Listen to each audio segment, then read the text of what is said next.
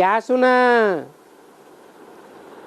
जो भी ये मुरली बजती है तो जो पवित्र रहेंगे उनकी बुद्धि में ये मुरली बैठेगी। क्या मुरली किनकी बुद्धि में बैठेगी? जो मन से, वचन से, दृष्टि से, वृत्ति से, कर्म इंद्रियों से पवित्र रहेंगे उनकी बुद्धि में ये मुरली बैठेगी। नहीं तो ये मुरली निकल जाएगी। कितना भी कोई सुने, कान में टैप रिकॉर्डर ही लगा रहे, क्यों?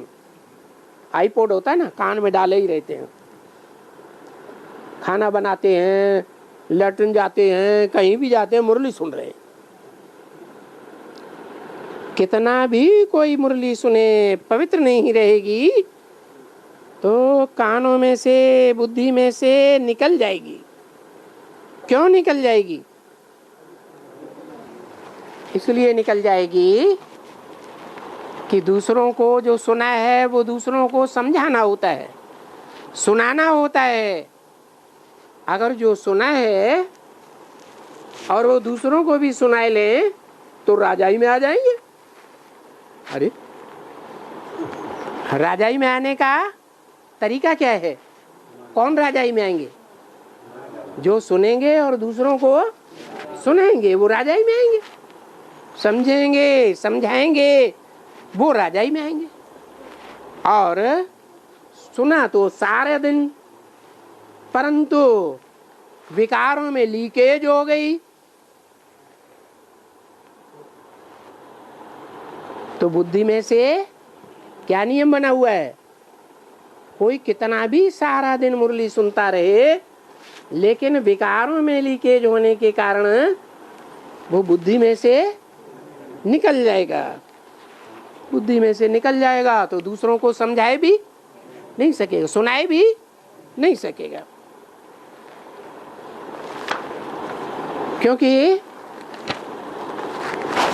राजा वो बनते हैं जो दूसरों को सुनाते हैं, समझाते हैं कि पवित्र बनो, योगी बनो, और खुद ही क्या बन गए? योगी, भोगी बन गए। भोगी बन गए तो योगी तो रहे नहीं। योगी का योग किसके साथ साबित होता है? योगी कब योगी है? देहधारी गुरुओं के साथ योग लगाने से योगी है नहीं, वो तो भोगी हो गया। तो कोई कह नहीं सकेंगी क्या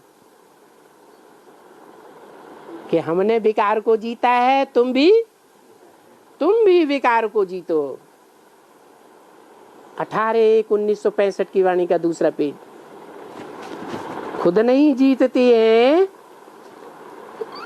तो दूसरों को क्या कह सकती है? तो यहाँ मूल बात ये है। क्या है मूल बात? है सुनना है, समझना है, धारण करना है और दूसरों को सुनाना है, समझाना है और धारण भी कराना है।